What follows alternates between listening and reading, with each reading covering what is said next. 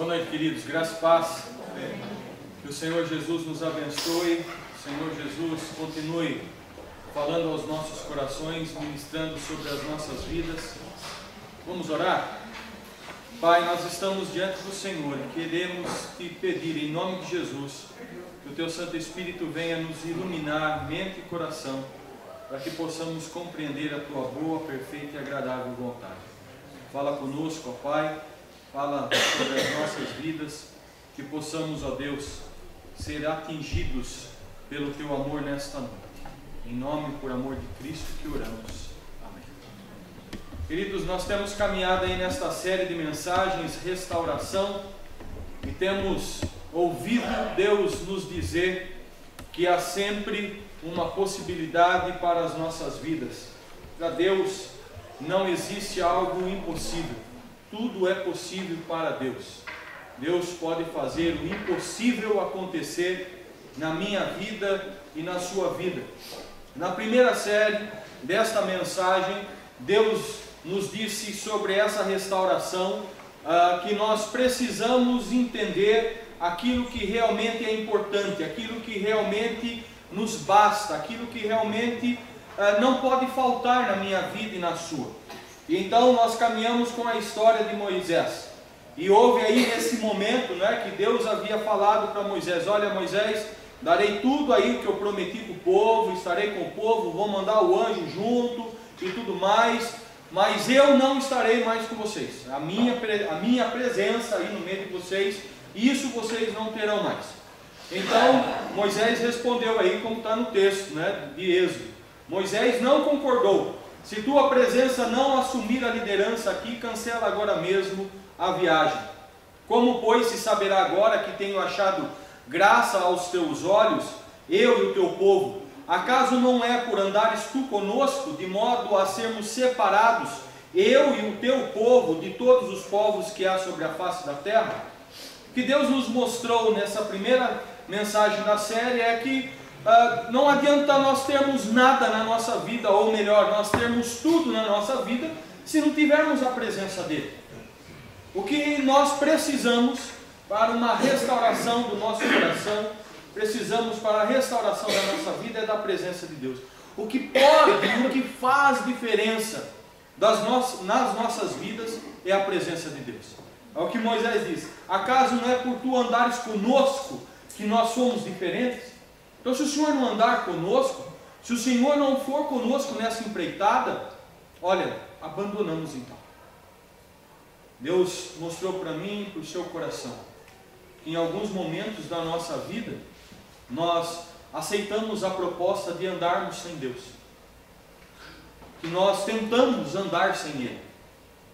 Imaginamos que é possível escrevermos a nossa história a partir de nós mesmos.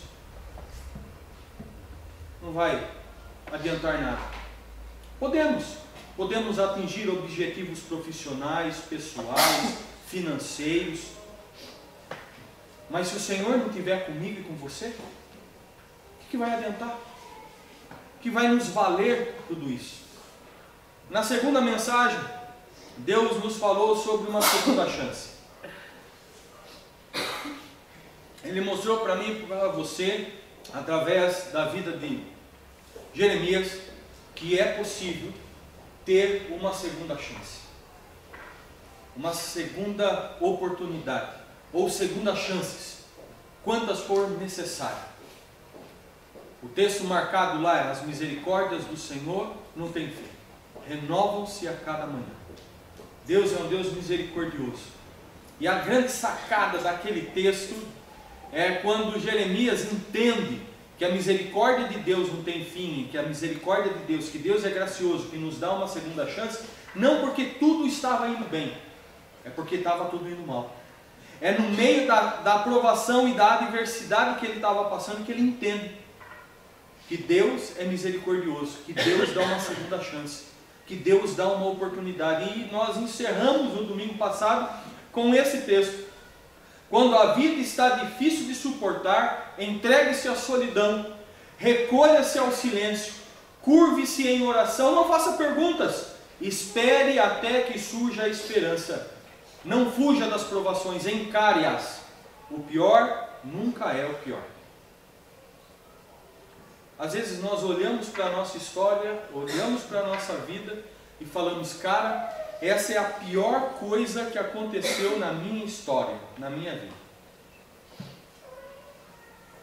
A gente imagina que aquele evento, que aquele episódio, que aquilo que a gente está vivendo é a coisa mais horrível que poderia acontecer para o nosso coração.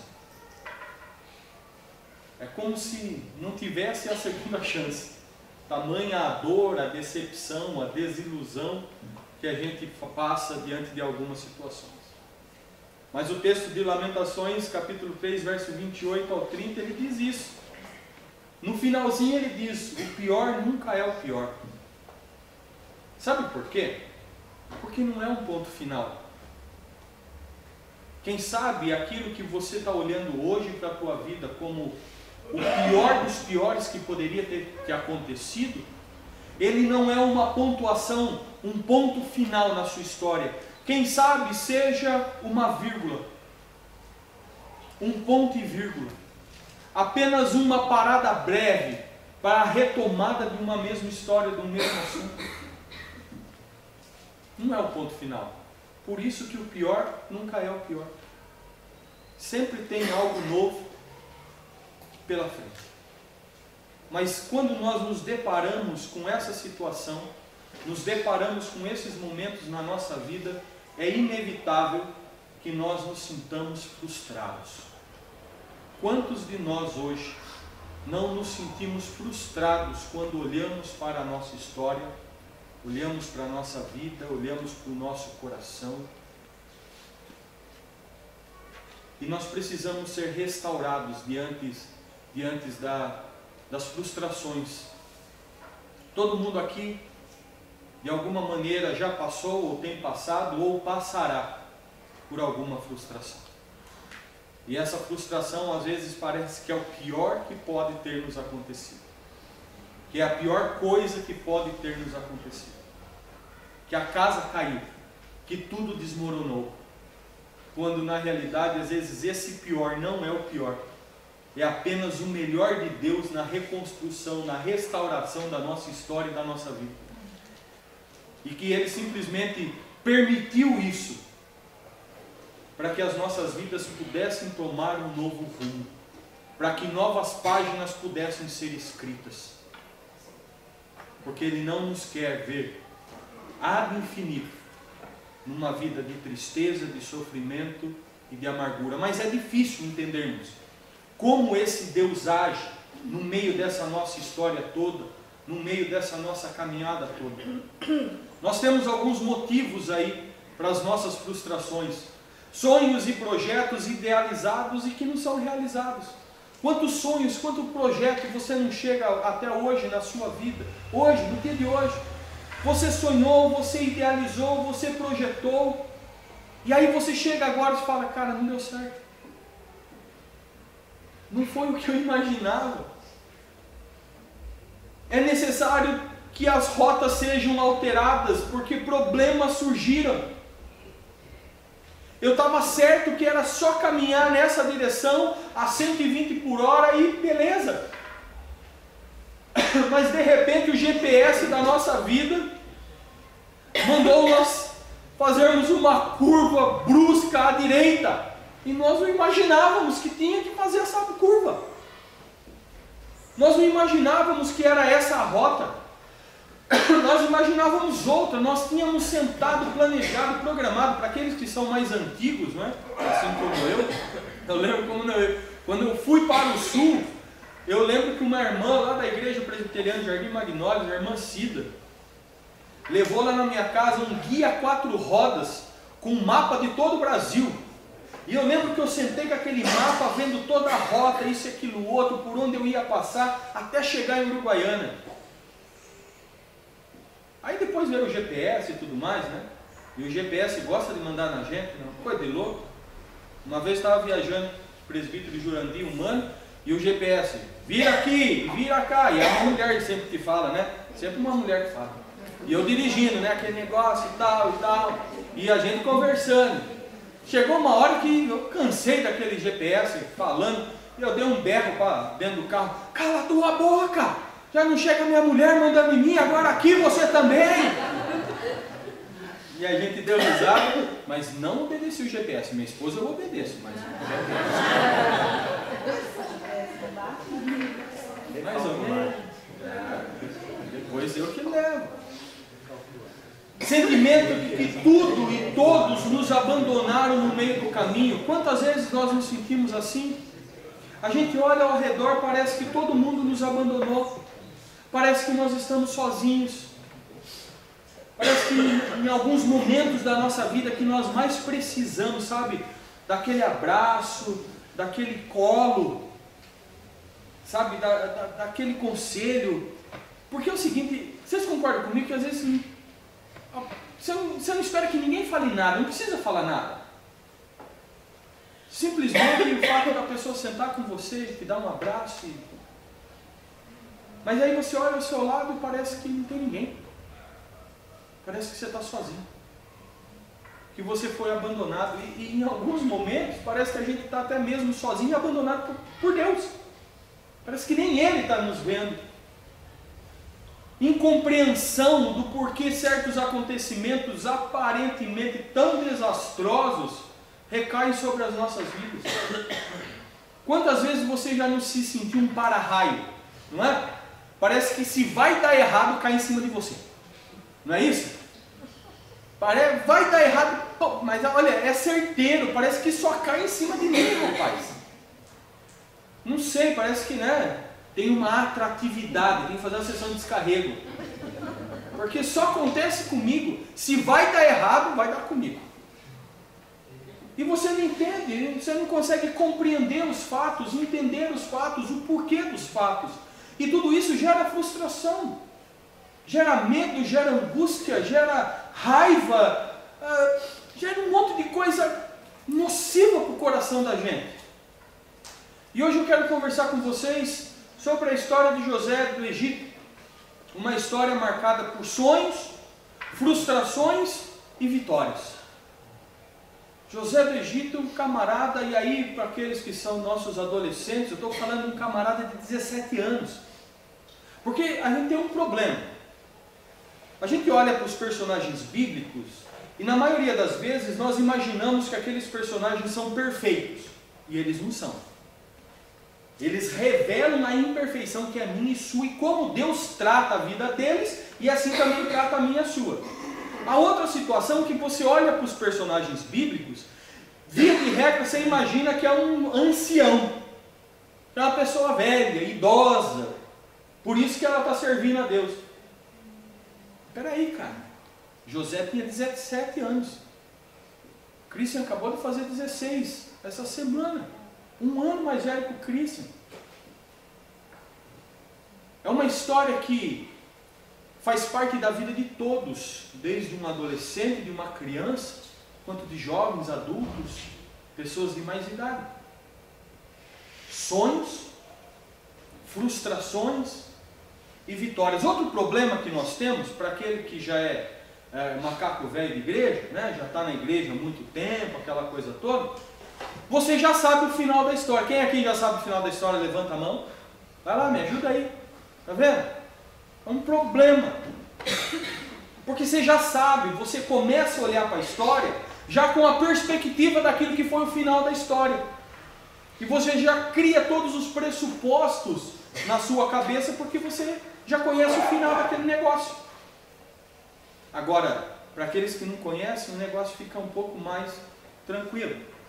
A história é longa, então eu vou contar a história para vocês. José é um dos filhos aí de Jacó, e o camarada, ele tem um monte de irmão, não é? Tem um monte de irmão, ele é o filho lá, mais novinho, rapazinho, show de bola, mimadinho, queridinho do papai, não é? Esse negócio de que, não, eu não tenho preferência por filho, mentira, a não ser que você tenha filho único, aí você pode até preferir não querer ele, né? Mas você tem preferência. Tem preferência, sempre tem o mais mimosinho, tem o mais bonitinho, mais cheirosinho da mamãe e do papai. Infelizmente sempre tem. A Laís é minha queridinha.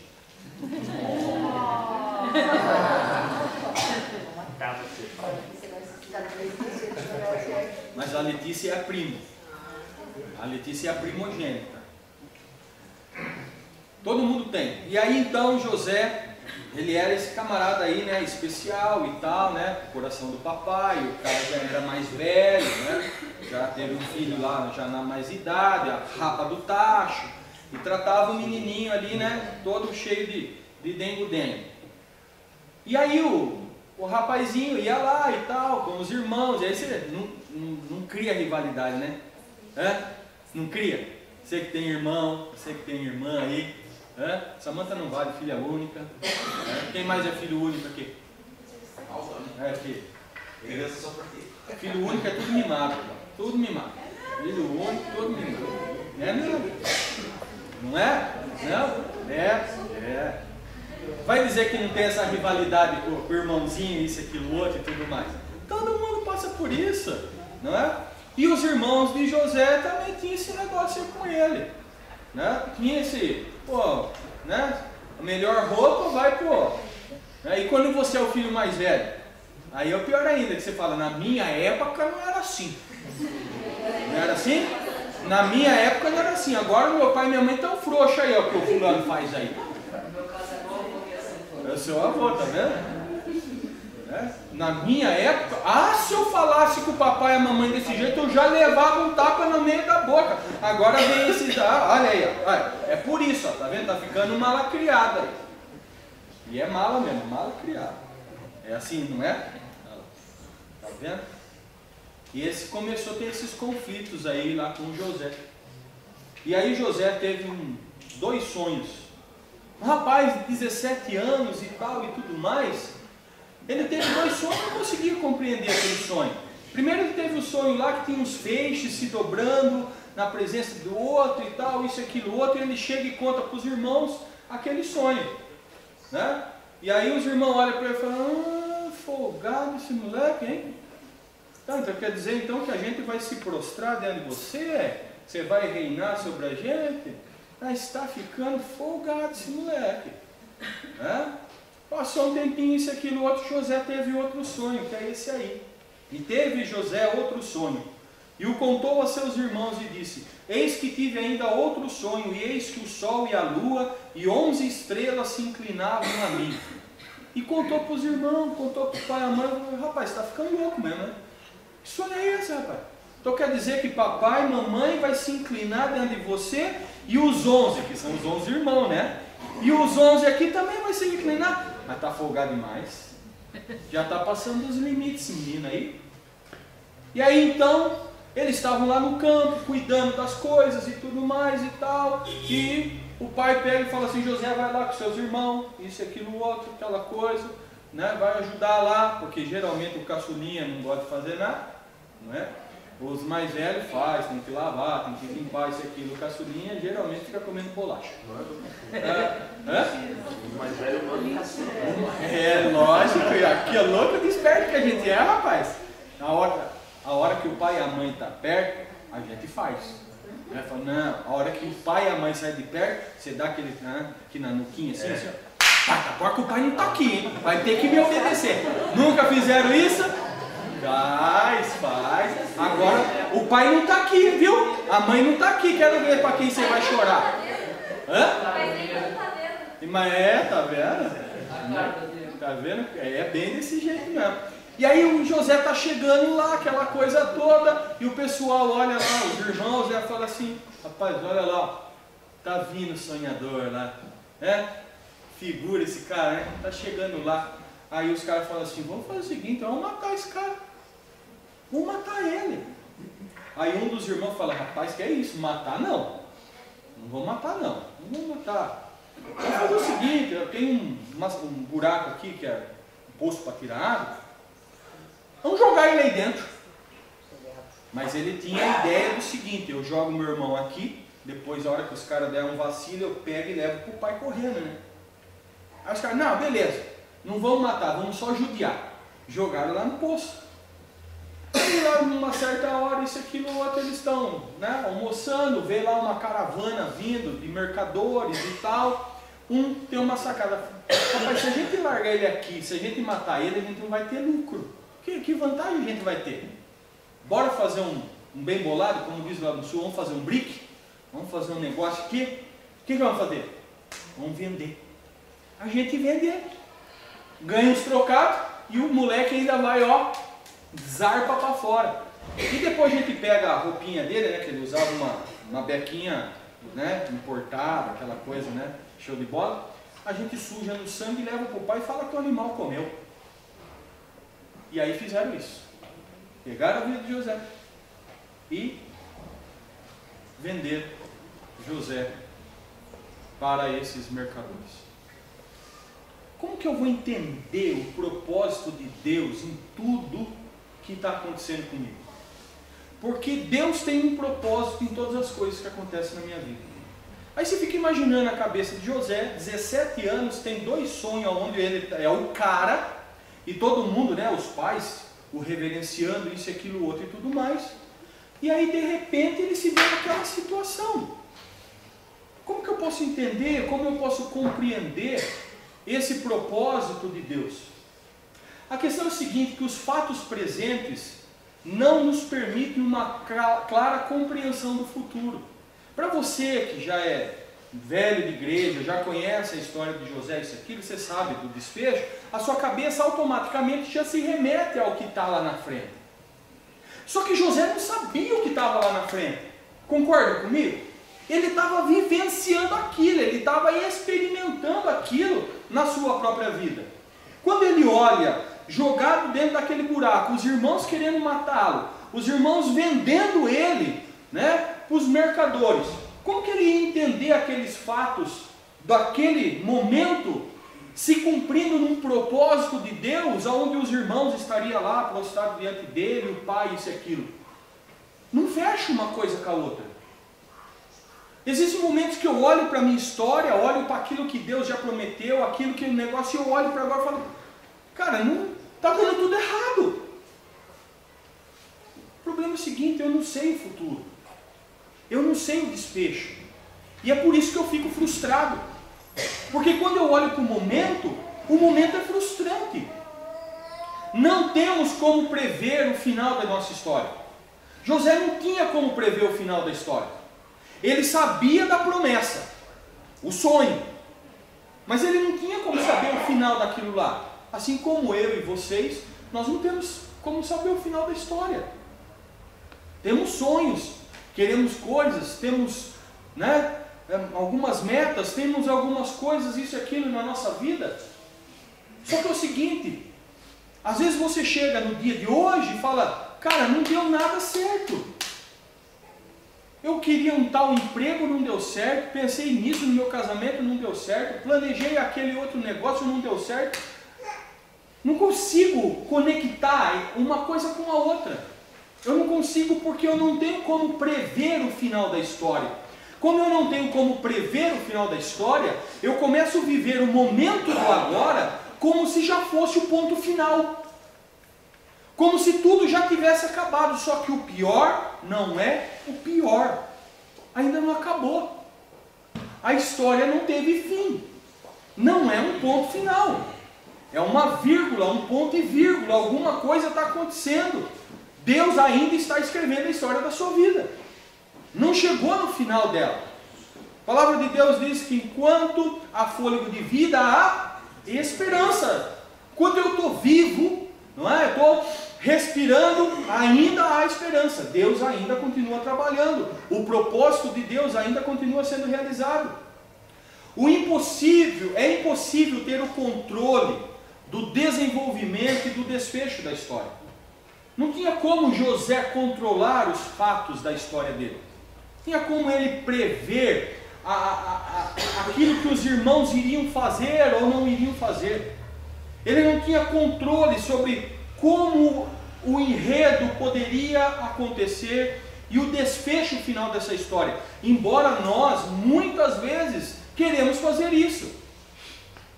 Ok, eu tenho que sonhar, eu tenho que planejar. A palavra de Deus diz que ao homem cabe fazer planos, mas a resposta certa vem dos lábios do Senhor. Então Deus não nos priva do sonho, do planejamento. Até porque a gente tem que planejar mesmo, imaginar, sonhar e tudo mais.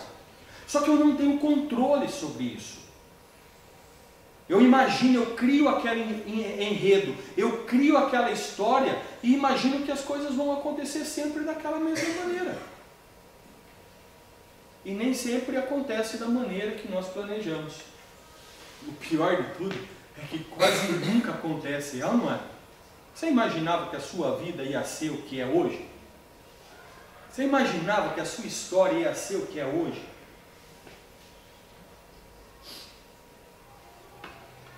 Minha vida tomou rumos e coisas que você não tem como controlar e determinar a sua vida. Você acha que o Domingos Montanher, ele levantou naquele dia e falou assim, hoje eu vou levantar para morrer? Não foi? A surpresa aí que está todo mundo, sabem do que eu estou falando? O ator da Globo lá, do velho Chico, que foi mergulhar lá, nadar no Rio São Francisco. Você não tem controle. E esse negócio pode pegar a mim e a você a qualquer tempo, a qualquer hora.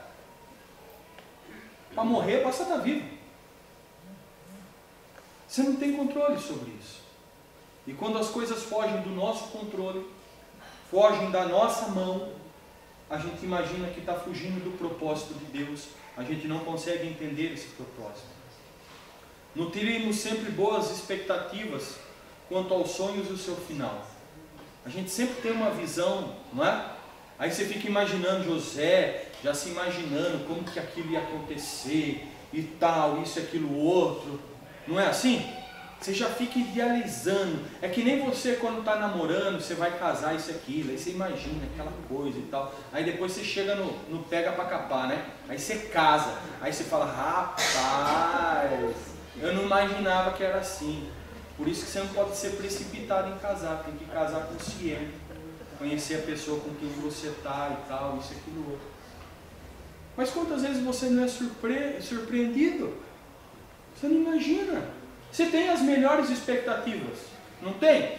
Quem levanta pela manhã e fala assim, hoje eu vou ir trabalhar para ser mandado embora? Não, você levanta e fala, hoje eu quero ser promovido. Não é? Hoje eu quero ganhar um aumento salarial, receba aí em nome de Jesus, amém? Tá vendo?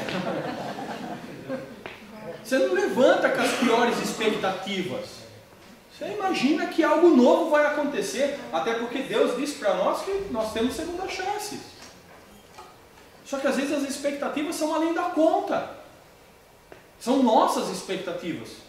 É aquilo que eu sonhei, aquilo que eu idealizei. Ficamos frustrados quando esses projetos, ou quando projetamos um enredo e não acontece. Não saiu daquele jeito. Você acha que José tinha projetado e cair numa cisterna lá e depois ser vendido? Eu acho que era esse o propósito. Você acha que ele imaginava que o propósito de Deus para a vida dele era aquele? É aquele episódio, aquela situação para a vida dele? Somente ao chegarmos no final da história é que conseguiremos compreender que Deus sempre esteve presente em todos os eventos, mesmo aqueles que aparentemente Ele havia nos abandonado. Só quando chegamos lá na frente da história é que nós conseguimos compreender que Deus sempre esteve do nosso lado, que Ele nunca nos abandonou.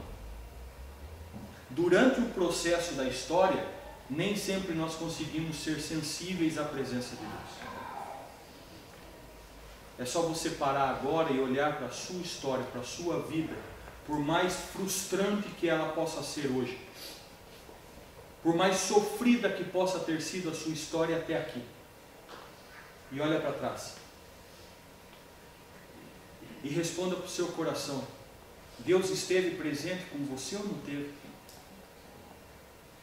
Deus foi gracioso com você ou não foi? Porque se Deus não tivesse sido gracioso com você e não tivesse presente na tua vida, você nem aqui estaria. Nem aqui você estaria. Mas só quando nós passamos e olhamos um pouco para trás é que nós conseguimos compreender. Lembra de Lamentações de Jeremias do domingo passado? Quero trazer à memória o que ainda pode dar esperança.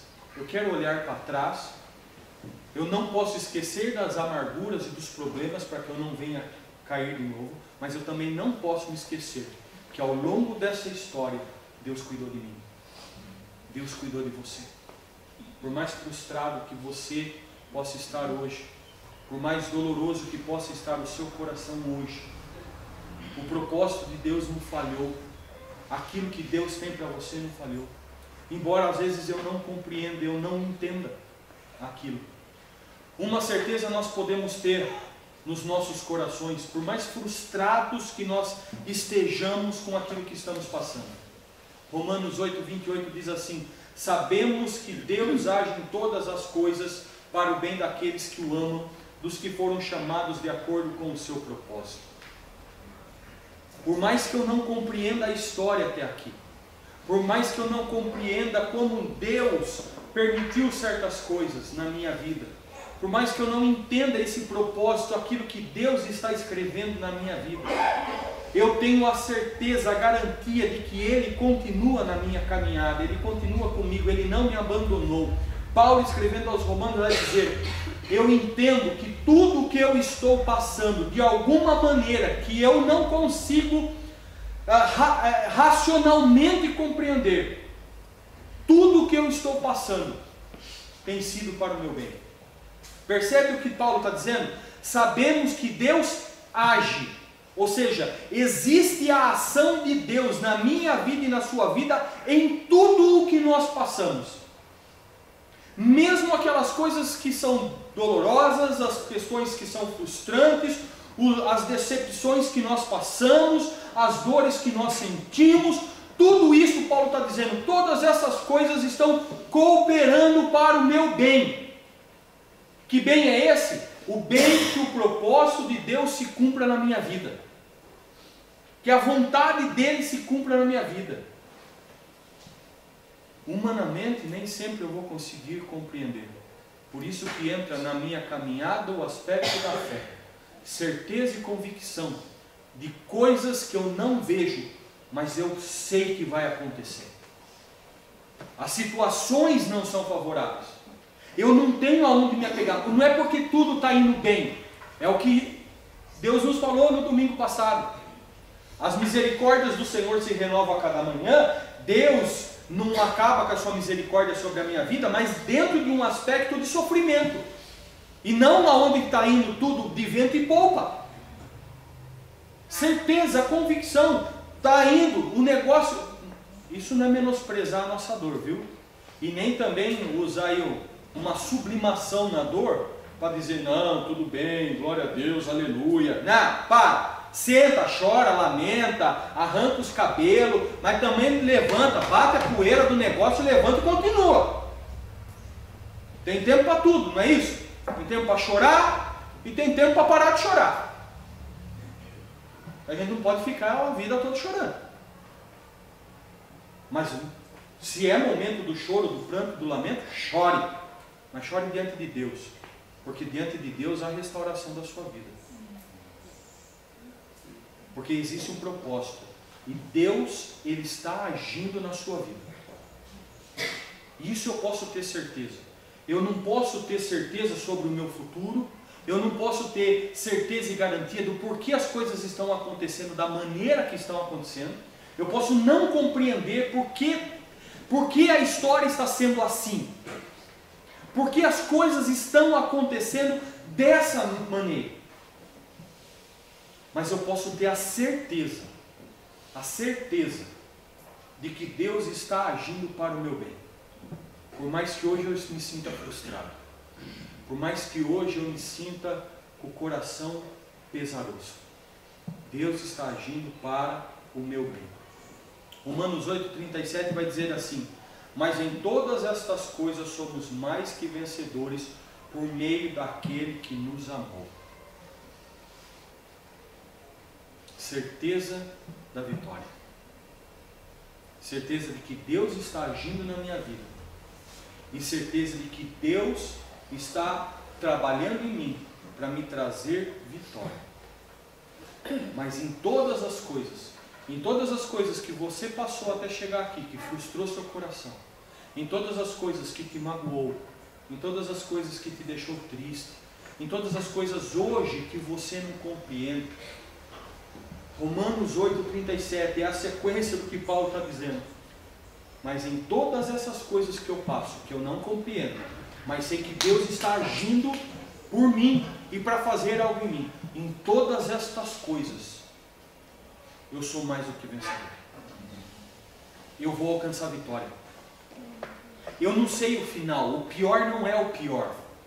Deus está me conduzindo para a vitória. Eu não consigo ver, vislumbrar, entender essa vitória. E por meio de quem Ele está me conduzindo, por meio de quem Ele está agindo na minha vida e na minha história, por meio daquele que nos amou, Jesus Cristo. Aquele que nos amou. O que nos separará do amor de Cristo Jesus? O que é que pode acontecer na minha vida e na sua vida, na nossa história, que pode ser prova de que Deus se esqueceu de nós, que Ele não nos amou mais? É o que Paulo fala. O que é que pode acontecer na sua vida como a demonstração de que Deus esqueceu de você, de que Deus te abandonou? Aí Paulo começa a dizer, será que é a perseguição? A fome? A nudez? A espada? Essas privações? Será que é passar pelos momentos de frustração? Será que é porque a prova de que Deus esqueceu de você é porque hoje você perdeu o emprego e você está desempregado? A prova que Deus esqueceu de você e Ele não ama você é porque o seu casamento acabou? A prova de que Deus não ama você, que Ele não se importa mais com você, é o fato de que você descobriu que você está doente? A prova de que Deus não ama você é o fato de que, quem sabe, você perdeu um parente querido, uma pessoa que você ama? Ou seu filho, sua filha, que você não consegue resgatar a vida dele, a comunhão com ele, o contato com ele? Isso é prova de que nós fomos separados do amor de Deus, de que Deus não nos ama mais? Paulo vai dizer não. Não.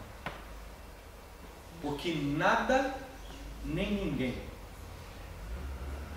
nem principado nem potestade, seja o demônio que for, seja o evento que for, seja a situação que for, seja quem for, pode fazer com que Deus deixe de amar a mim e a você. Nada nem ninguém pode nos separar do amor de Cristo. Nada. Nada. Nós podemos ter a certeza de que mesmo diante das provações, o propósito de Deus continua sendo cumprido na nossa caminhada, na nossa história. Mesmo diante dos problemas, Deus continua nos amando.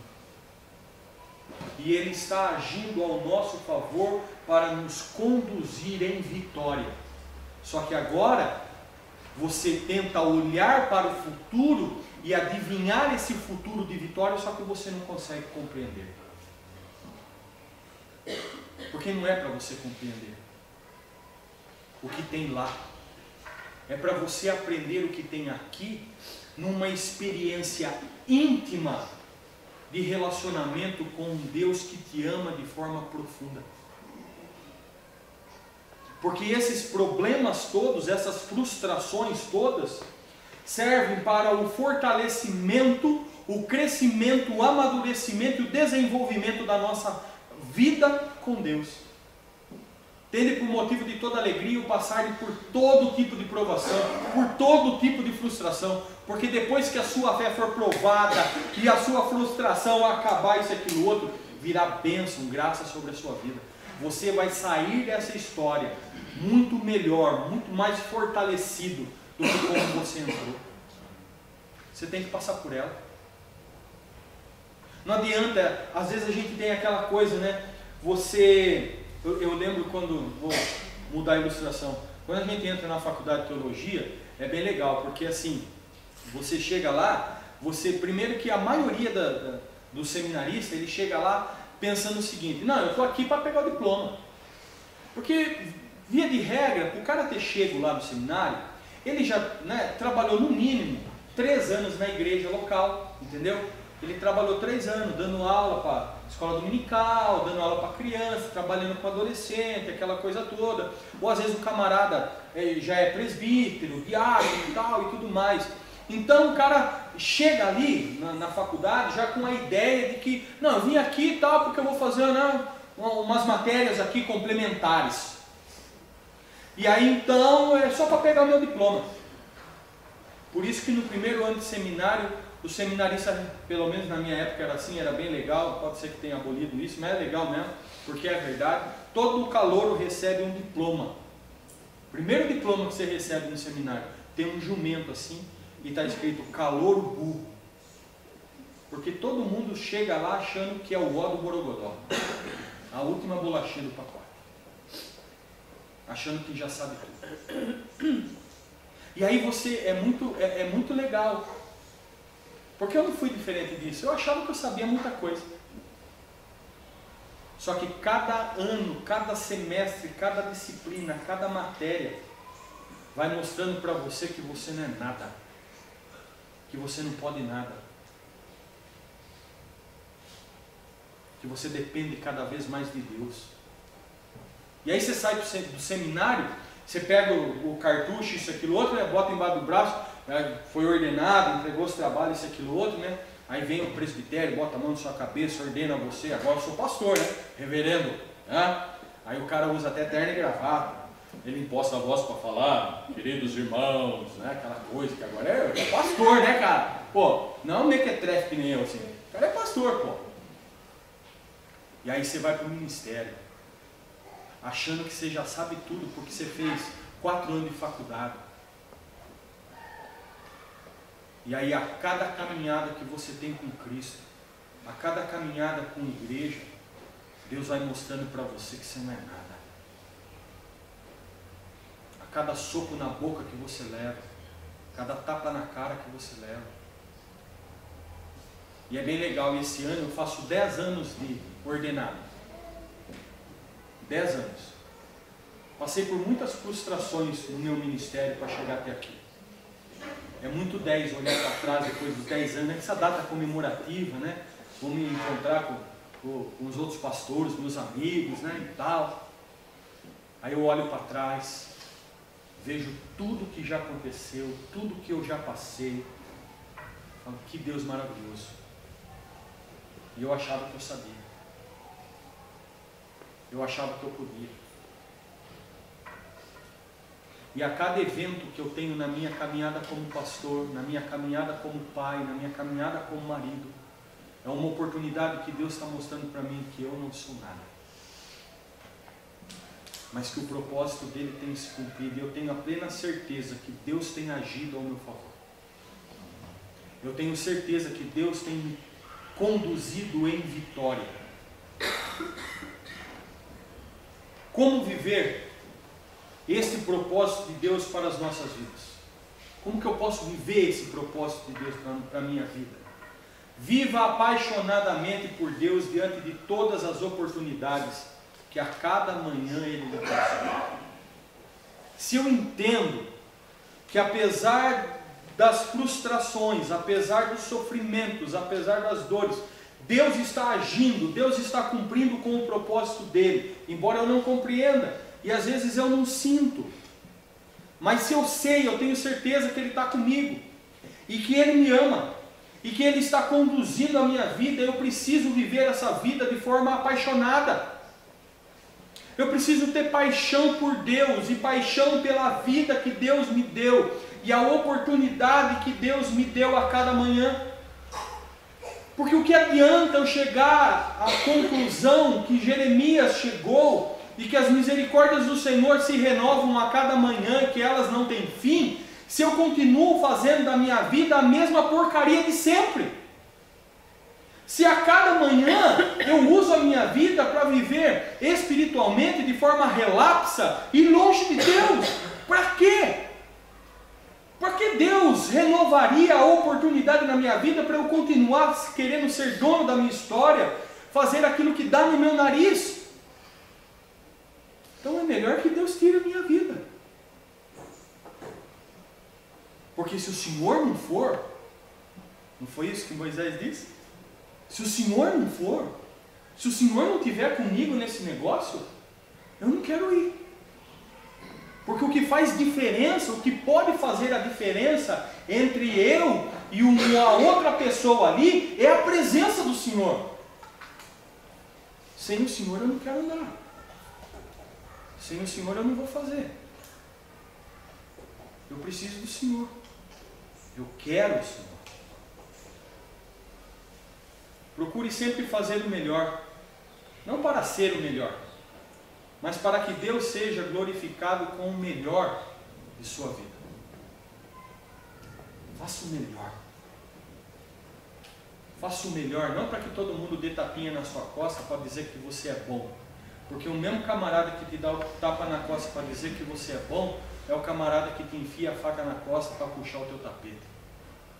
Faça o seu melhor para que Deus seja glorificado com aquilo que você está fazendo. Faça o melhor para Deus. Sirva com aquilo que você tem, fazendo o melhor para Deus.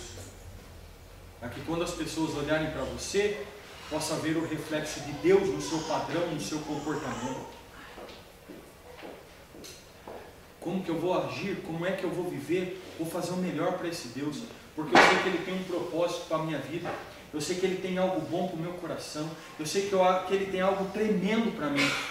Por isso eu vou fazer o melhor. Eu imaginei que eu não ia conseguir chegar no final dessa mensagem hoje. Mas eu acredito que o Espírito Santo de Deus falou no nosso coração. E essa mensagem continua no domingo que vem. A história de José não acabou. Para você ver que não é preguiça do pastor, ó, tem serviço, tá? Tá feito. Mas eu vou deixar como cenas dos próximos capítulos. Porque a mensagem de Deus para mim e para você nesta noite. Deus tem um propósito na sua história. Assim como tinha um propósito na história de José. É por isso que Deus trouxe sonhos no coração de José. É por isso que Deus trouxe sonhos no seu coração. O Espírito Santo disse para mim e para você que infelizmente em alguns momentos da nossa vida nós não vamos conseguir entender os propósitos de Deus. Só depois de termos passado por certas coisas e olhado para trás é que nós vamos entender o que é que Deus fez na nossa vida. E o como Ele foi gracioso, amoroso, abençoador na nossa vida. Só depois. Eu não tenho como saber o final. E o Espírito Santo de Deus está dizendo para você hoje que está frustrado. O que você está vivendo não é um ponto final. A história continua. Existem cenas dos próximos capítulos. Não acabou. O pior não foi o pior. O que te aconteceu não foi o pior. Foi o melhor de Deus para você, embora seja difícil entender e aceitar. Porque Deus continua agindo na sua vida. Ele continua executando o seu propósito na sua história. E eu simplesmente não preciso compreender, entende? Porque em alguns momentos eu não vou conseguir compreender racionalmente o que Deus tem para mim. Porque os meus pensamentos não são os vossos pensamentos.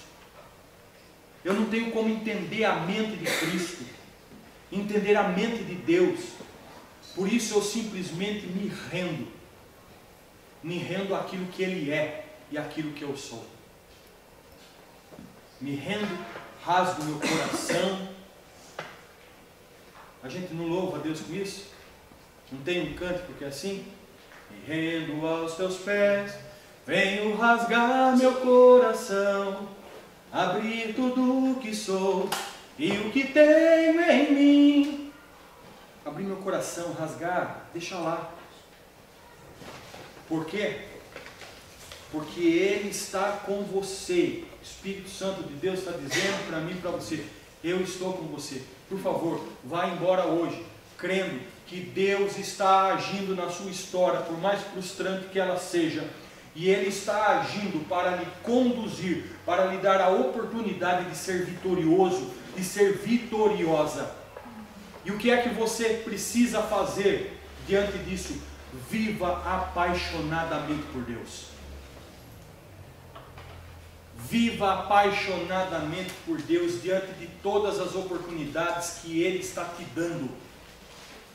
Porque amanhã, ao raiar do sol, será o dia de unidade, de vitória de Deus para a sua história. Que o Senhor nos abençoe e nos guarde, hoje e sempre.